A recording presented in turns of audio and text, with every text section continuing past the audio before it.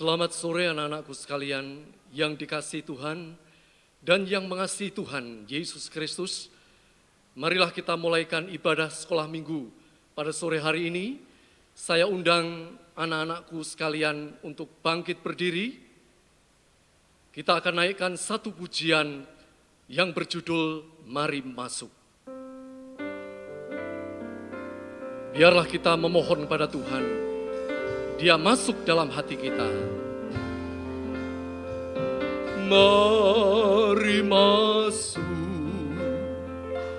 mari masuk, masuk hatiku, ya Yesus, datang sekarang, datang.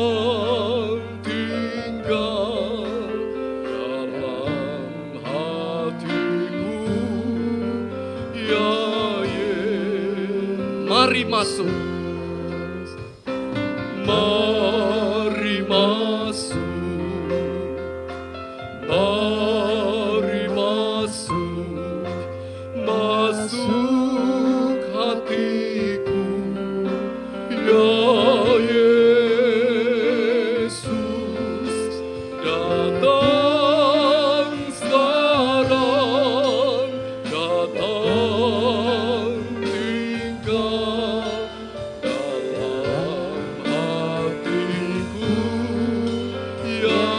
Datang sekarang, datang sekarang, datang tinggal dalam hatiku, ya Yesus. Tirukan omisi berdoa. Tuhan Yesus, terima kasih untuk waktu yang Tuhan berikan kepada kami untuk beribadah, melayani Tuhan dalam ibadah sekolah minggu sore ini. Ampuni segala dosa dan kesalahan kami, supaya kami layak mempersembahkan sebuah ibadah yang menyenangkan hati Tuhan, menjadi persembahan yang berbau harum di hadapan Tuhan. Segala setan yang mengganggu jalannya ibadah ini, kami usir di dalam nama Tuhan Yesus Kristus. Segala setan pergi, darah Yesus yang berkuasa. Kami serahkan ibadah ini dari awal, pertengahan, hingga akhir di dalam nama Tuhan Yesus Kristus. Kami tahbiskan ibadah ini. Haleluya, haleluya, amin. Silakan duduk kembali. Mari kita sediakan hati kita anak-anak, dimanapun kalian berada, di rumah-rumah. Pada saat ini rumah kalian menjadi rumah doa, menjadi rumah Allah. Walaupun bukan rumah, bukan gereja fisik, tetapi dimanapun Allah berhadirat, maka secara otomatis di tempat itu, tempat-tempat kita menjadi rumah doa, rumah Allah. Mari kita nyanyikan pujian, baca kitab suci, doa setiap hari, ya, dengan penuh semangat dan penuh ucapan syukur. Baca kitab suci, doa tiap hari, doa tiap hari, doa tiap hari. Baca kitab suci, doa tiap hari kalau mau tumbuh, kalau mau tumbuh, kalau mau tumbuh. Baca kitab suci, doa tiap hari kalau mau tumbuh. Kita pujikan pujian ini sambil bangkit berdiri, baca kitab suci, doa tiap hari. Haleluya.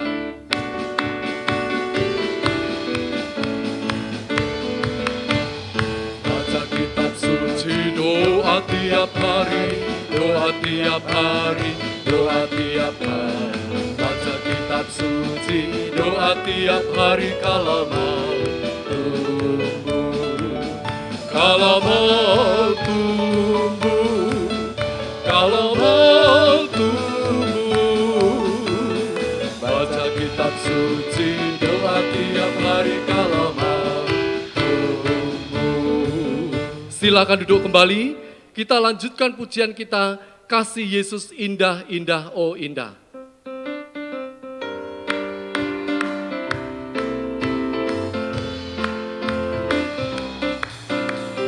Kasih Yesus indah, indah, oh indah. Kasih Yesus indah, indah, oh indah. Kasih Yesus indah, indah, oh indah. Kasih Yesus indah, indah, oh indah. Lebih indah dari pelangi, lebih indah dari bintang di langit, lebih indah dari bunga di taman, oh Yesus. Saya undang kalian berdiri lagi untuk memujikan pujian ini sambil pakai gerakan ya. Ya, pakai gerakan ya.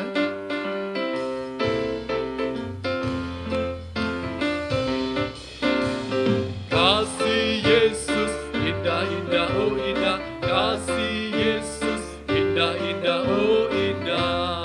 Kasih Yesus. Kasih Yesus indah, indah, oh indah. Kasih Yesus indah, indah, oh indah. Lebih indah dari pelangi, lebih indah dari bintang di langit, lebih indah dari bunga di taman, oh Yesus. Kasih Yesus, haleluya. Kasih Yesus indah, indah, oh indah. Kasih Yesus indah, indah, oh indah. Kasih Yesus indah, indah, oh indah. Kasih Yesus indah, indah, oh indah. Lebih indah dari pelangi, lebih indah dari bintang di langit, lebih indah dari bunga di taman, oh Yesus. Silakan duduk kembali. Hanya ada satu pribadi yang indah, dan tidak ada apapun, siapapun yang lebih indah dari kasih Yesus. Amin, anak-anak. Amin, puji Tuhan. Oleh sebab itu biarlah kita selalu menjunjung tinggi nama Yesus. Menyembah Yesus siang dan malam. Dialah sesembahan kita. Dialah junjungan kita yang harus kita agungkan siang dan malam. Haleluya. Kita lanjutkan pujian kita, jalan dengan Yesus. Kita tepuk tangan. Jalan dengan Yesus, jalan dengan Dia tiap hari, tak pernah sendiri dan tak pernah ditinggalkannya. Tiada takut dan gentar, Dia sertaku. Jalan dengan Yesus, bahagia selalu. Jalan dengan Yesus, jalan dengan Yesus, jalan dengan Dia tiap hari, tak pernah sendiri dan tak pernah ditinggalkannya. Tiada takut dan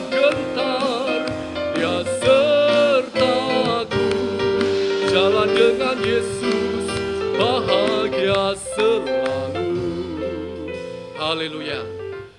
Pengumuman anak-anak ya. Sekolah minggu dilaksanakan secara online atau daring ya, dalam jejaring internet. Ya, jadi persiapkan anak-anak alat-alat yang dipakai untuk ibadah seperti laptop, televisi, telepon, dan lain-lain ya. Jadi jangan terlalu sempit waktunya untuk mempersiapkan itu. Kemudian pilih tempat yang enak ya, yang layak ya, yang bagus ya.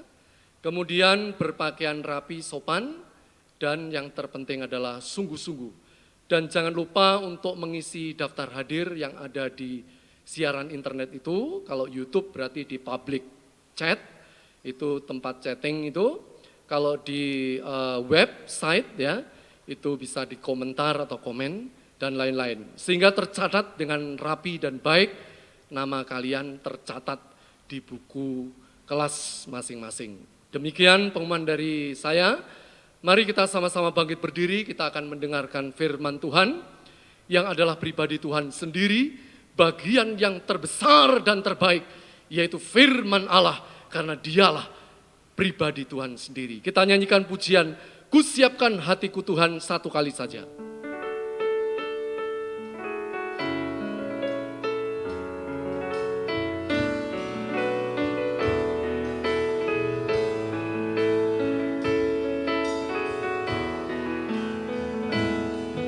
Kusiapkan hatiku Tuhan untuk dengar firman-Mu saat ini. Ku sujud menyembah-Mu Tuhan dalam hadirat-Mu saat ini. Curahkan urapan-Mu Tuhan bagi jemaat-Mu saat ini. Ku siapkan hatiku Tuhan untuk dengar firman-Mu, firman-Mu Tuhan, firman-Mu Tuhan, tiada berubah.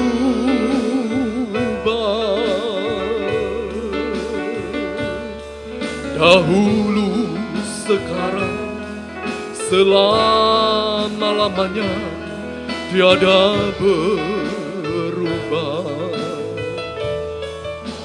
Firman-Mu Tuhan penolong hidupku. Ku siapkan hatiku Tuhan untuk dengar firman-Mu. Tirukan omisi berdoa. Tuhan Yesus, kami sudah banyak memuji Tuhan. Terimalah puji-pujian kami menjadi persembahan yang harum, sehingga ada alasan bagi Tuhan untuk bertahta di atas puji-pujian kami, dan Engkau siap untuk berfirman. Oleh sebab itu, sekali lagi, kuduskan, layakkan kami untuk menerima bagian yang terbesar, yaitu firman Tuhan.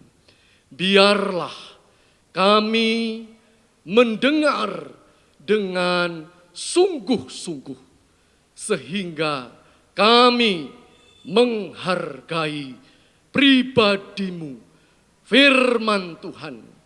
Segala setan yang mengganggu kami usirkan dalam nama Tuhan Yesus Kristus. Segala setan pergi, keluar darah Yesus yang berkuasa. Urapi kami semua di dalam nama Tuhan Yesus Kristus, kami siap menerima firman-Mu. Dalam nama Tuhan Yesus Kristus, kami sudah berdoa. Haleluya, amin. Silakan duduk kembali anak-anak. Pada sore hari ini firman Tuhan berjudul, jangan menghina firman Tuhan. Mari kita baca di dalam 2 Raja-Raja, pasal 2, ayat 23 sampai 25. Saya bacakan dengan seksama, kalian juga membaca dan memperhatikan. Judul perikop kitab ini adalah anak-anak Betel mencemoohkan Elisa. Mencemooh itu artinya menghina, mengejek, ya. Jadi ini memang bahasa mencemooh itu kurang populer anak-anak, ya. Yang populer itu adalah menghina atau mengejek, ya. Ayat 23. Elisa pergi dari sana itu di mana? Dari Yeriko. Setelah Elisa menyehatkan air di Yeriko, lalu ke Betel anak-anak. Jadi dari Yeriko ke Betel, ya. Dan sedang ia mendaki, maka keluarlah anak-anak dari kota itu, lalu mencemoohkan dia serta berseru kepadanya, naiklah botak, ya. Jadi ini letak Betel ini tinggi, makanya mendaki, ya, lebih tinggi, ya, daripada Yeriko, masih naik lagi. Ayat 24. Lalu berpalinglah ia ke belakang, dan ketika ia melihat mereka, dikutuknyalah mereka demi nama Tuhan. Maka keluarlah 2 ekor beruang dari hutan, lalu mencabik-cabik dari mereka 42 orang anak. Dari sana artinya dari Betel, pergilah ia adalah Elisa, ke Gunung Karmel, dan dari sana pula adalah dari Karmel, kembalilah ia ke Samaria. Jadi rutenya anak-anak, ya, yaitu dari Yeriko, Betel, Karmel, Samaria. Nah, anak-anakku sekalian, ya, bahwa waktu itu, ya, Elisa, ya, gambar yang pertama silakan dibuka, ya. Itu perjalanannya tadi yang saya beritahukan, ya. Jadi dari Yeriko kemudian ke Betel, ya, ada kota kecil Ai, tapi Ai itu dilewati Betel. Dari Betel Karmel, di situ Karmel tidak ada, ke utara, ya, ke atas. Lalu sampai ke Samaria, daerah Israel itu, ya. Ya. Nah, anak-anakku sekalian, ya, siapakah Nabi Elisa ini? Nabi Elisa ini adalah pengganti Nabi Elia. Tidak usah dibaca, itu ada di 1 Raja-Raja 13 ayat 16.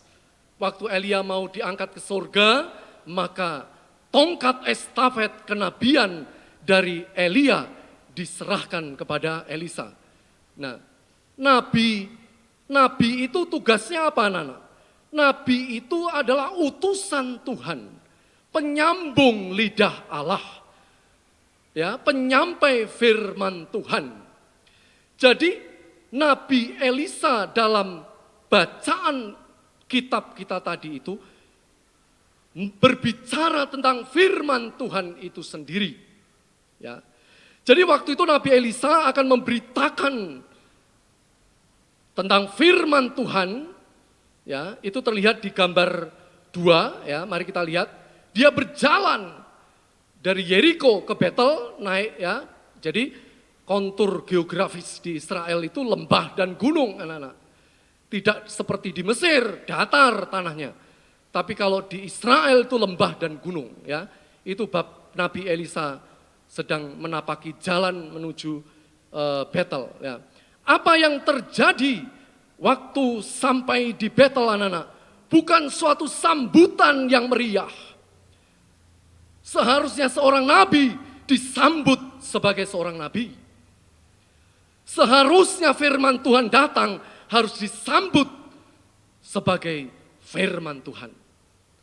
Siapa yang menyambut seorang nabi, dia akan dapat berkat kenabiannya. Tetapi apa yang terjadi di Betel? Betel itu artinya rumah Allah. Seharusnya penduduk Betel itu orang-orang yang takut akan Allah. Karena Betel itu adalah rumah Allah. Jadi penduduknya itu disebut anak-anak Allah seharusnya. Yang selalu tinggal dan diam di dalam rumah Allah. Tetapi kenyataannya penduduk masyarakat Betel yang diwakili anak-anak, itu ada di gambar 2, gambar 3 ya. Bukannya menyambut, Nabi Elia menyambut dengan penuh pengagungan kepada Tuhan.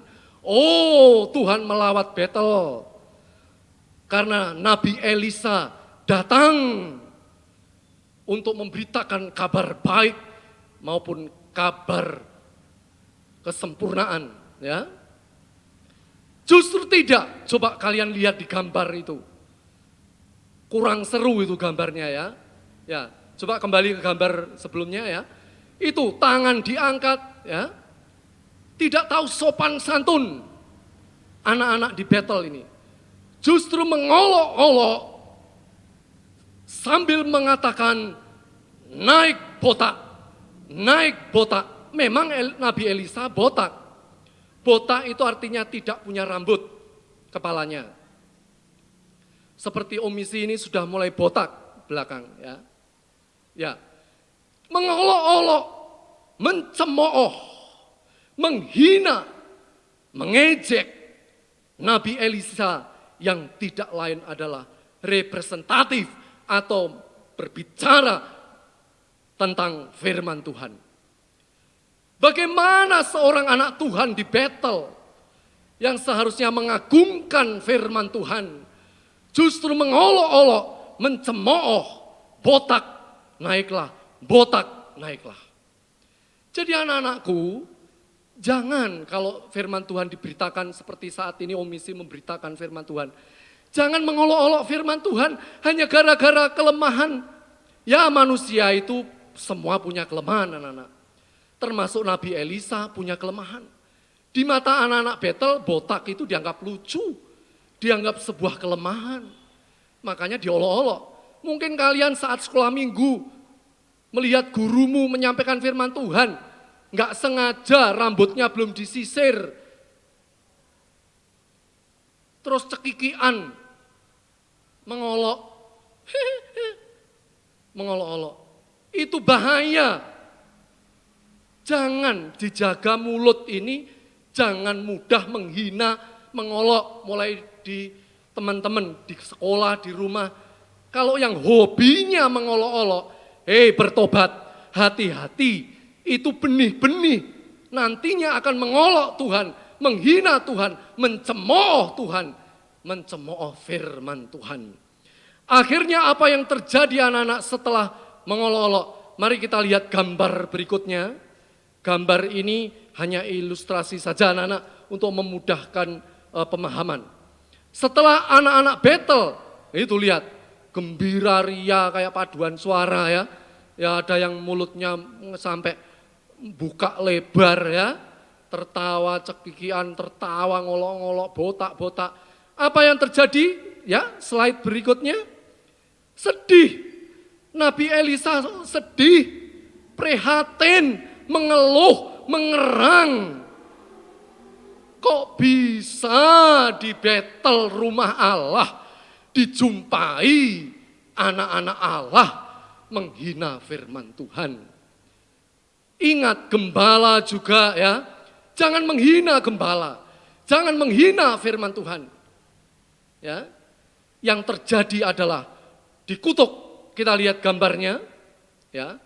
Maka Nabi Elisa berpaling ke belakang, memandang anak-anak Betel, lalu dia mengangkat tangan mengutuk, bukan mengangkat tangan memberkati, tetapi mengangkat tangan untuk mengutuk.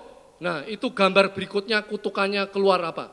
Ya, dikutuk. Kalau tadi berbalik ke belakang dan mulai marah, dikutuk, dan ini kutukan datang, akhirnya keluarlah apa anak-anak. Ya, slide berikutnya. Nah, itu bukan gambarnya siapa itu? Masa and the Bear ya. Itu adalah 2 ekor beruang gendut. Tapi di Alkitab tidak ditulis gendut. Pokoknya 2 ekor beruang keluar dari hutan. Dan ngapain? Menerkam dan mencabik-cabik. Kita lihat gambarnya, anak-anak.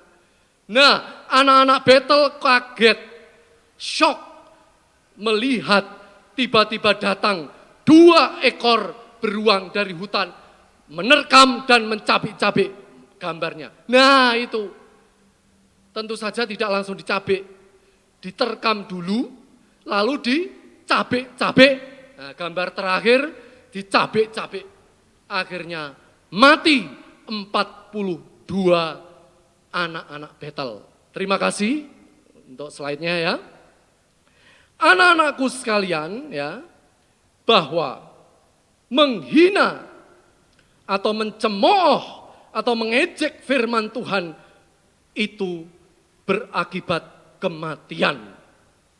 Mari kita baca di dalam Amsal 19 ayat 16. Amsal 19 ayat 16 saya bacakan. Siapa berpegang pada perintah, memelihara nyawanya, tetapi siapa menghina firman akan mati. Siapa yang mencemooh firman Tuhan akan mati seperti 42 anak-anak Betel mati tercabik-cabik oleh 2 ekor beruang. Anak-anakku sekalian yang perlu kita selidiki dan kita ketahui, ya. Apa sih mencemooh, menghina firman Tuhan itu? Apa artinya mencemooh itu? Bisa berupa fisik, mulut, langsung, apa itu? Kadang untuk guyonan. Dia guyonan firman hanya untuk mengejek firman. Arti yang mendasar dari mencemooh atau menghina firman Tuhan adalah tidak berpegang seperti Amsal 19 ayat 16 tadi. Tidak berpegang pada firman Tuhan. Tidak berpegang itu artinya tidak taat. Menghina kalau Tuhan Yesus menyuruh misalnya anak-anak ke gereja untuk sekolah minggu, terus tidak taat. Tidak, itu menghina. Wong Tuhan Yesus Kristus itu berkuasa, lebih berkuasa dari kita. Maka ya harus nurut ya kepada yang memerintah. Jadi begitu anak-anak. Ya, itu menghina, meremehkan, mengejek, mengolok. Disuruh ke gereja, tidak, enggak mau saya. Ayo belajar yang rajin, tidak. Itu artinya mengejek itu adalah tidak berpegang atau tidak taat kepada firman Tuhan. Lalu, bagaimana untuk bisa taat kepada firman Tuhan? Ada prosesnya, anak-anak. Tidak tiba-tiba instan taat, ada prosesnya. Proses yang pertama adalah, ya, bagaimana untuk bisa taat? Proses pertama ya mendengar firman Tuhan dengan sungguh-sungguh serius. Setelah mendengar lewat telinga, firman itu lari ke pikiran kita. Setelah mendengar sungguh-sungguh, lalu bisa mengerti dengan akal pikiran kita, mengerti dengan sungguh-sungguh, lalu turun ke bawah, ke hati, menjadi iman, yaitu percaya akan firman Tuhan, lalu mengalir ke tangan, perbuatan, yaitu mentaati firman Tuhan. Itulah proses menjadi taat pada firman Tuhan, yaitu mendengar, mengerti, percaya, dan praktek atau mentaati. Berarti kalau menghina firman Tuhan, tidak taat pada firman Tuhan, prosesnya yaitu tidak mau mendengar. Kalau diterus-teruskan tidak bertobat, tidak mau mendengar firman, tidak mau, lama-lama tidak bisa mendengar. Seperti bangsa Israel, walaupun punya telinga, tidak bisa mendengar. Kemudian tidak mau mengerti, tidak mau mengerti. Kalau enggak bertobat, diteruskan akan menjadi tidak bisa mengerti. Seperti bangsa Israel, walaupun punya pikiran tidak pernah bisa mengerti. Kemudian tidak mau percaya, tidak percaya, diteruskan tidak bisa percaya. Akhirnya tidak mau taat, akhirnya tidak bisa taat. Hati-hati anak-anak ya. Ini mulai awasan mulai dari omisi ya. Ya, mulai dari omisi menjadi awasan ya. Kemudian penyebab seseorang mencemooh atau menghina firman Tuhan atau tidak taat pada firman Tuhan itu apa penyebabnya? Hanya dua penyebab.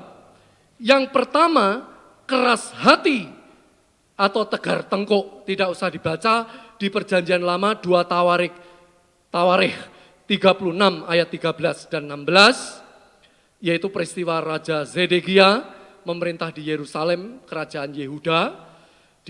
Dia mulai berbalik dari Tuhan, tidak seperti ayahnya dan nenek moyangnya, ya, yang setia kepada Tuhan, yaitu Daud dan Salomo, ya.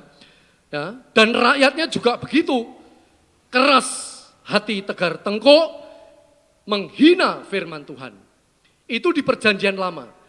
Di Perjanjian Baru itu ada di 2 Petrus pasal 3 ayat 3, di akhir zaman muncullah para pengejek. Pengejek itu adalah pengolok atau pencemooh dengan ejekan-ejekannya. Mana Yesus gak datang-datang? Sejak zaman nenek moyang selalu berkata begitu. Katanya Yesus mau datang. Ini adalah pengejek. Kesimpulannya anak-anak, kekerasan hati dan mempertahankan dosa atau hawa nafsu itu penyebab mengapa seseorang itu mencemooh atau menghina firman Tuhan. Ada dua, keras hati dan mempertahankan dosa atau hawa nafsu. Dan dosa mencemooh, menghina firman Tuhan itu sudah terjadi dari zaman ke zaman. Mulai dari zaman Perjanjian Lama sampai Perjanjian Baru atau akhir zaman, terulang-ulang terus. Jadi kita harus hati-hati anak-anak, tolonglah ya, jangan menghina firman Tuhan. Mulai taat pada Tuhan itu dimulai dari yang kecil, ya, mulai taat pada orang tua. Kalau mendengarkan nasihat-nasihat, jangan mengolok atau menghina. Akibat menghina firman Tuhan adalah mati jasmani dan rohani. Jasmani dan rohaninya tercabik-cabik seperti 42 anak-anak Betel oleh beruang dicabik-cabik. Cabik-cabik artinya kacau, berantakan, tak berbentuk lagi, tidak utuh lagi. Artinya tidak sempurna dan binasa selama-lamanya di dalam neraka. Puji Tuhan, firman Tuhan cukup panjang ya. Kiranya Tuhan mengubahkan hidup kita supaya kita memiliki hati yang menghormati dan menghargai firman Tuhan. Mari kita sama-sama berdoa. Tidak usah menirukan omisi, ya. Omisi. Mari kita bangkit berdiri, ya. Kita akan langsung berdoa, ya. Tidak usah menyanyi. Langsung kita berdoa. Terima kasih Tuhan, hamba-Mu sudah selesai menyampaikan firman Tuhan. Biarlah Roh Kudus meneruskan berkata-kata di dalam hati kami masing-masing, untuk kami menghargai firman Tuhan. Tidak menghina, tidak mencemooh, tetapi menghargai dan taat dengar-dengaran akan firman-Mu. Berkati kami semuanya, anak-anak sekolah minggu yang ada di rumah mereka masing-masing. Berkati dalam pelajaran, sekolah, pendidikan, pergaulan, dan juga di dalam kesehatan, di tengah-tengah pandemi, Tuhan lindungi, seperti Engkau melindungi Goshen, terpelihara jasmani rohani, sampai sempurna, sampai Tuhan datang pada kali yang kedua. Berkati kami semuanya, dan kami akan pulang ke rumah kami masing-masing. Kami akan melanjutkan aktivitas kami kembali, dan biarlah Tuhan pertemukan kami dalam jam-jam ibadah, minggu-minggu yang akan datang dengan penuh kebahagiaan dari surga. Di dalam nama Tuhan kami Yesus Kristus, kami bawa pulang berkat-Mu pada sore hari ini. Haleluya. Amin. Selamat jumpa lagi di lain kesempatan. Haleluya.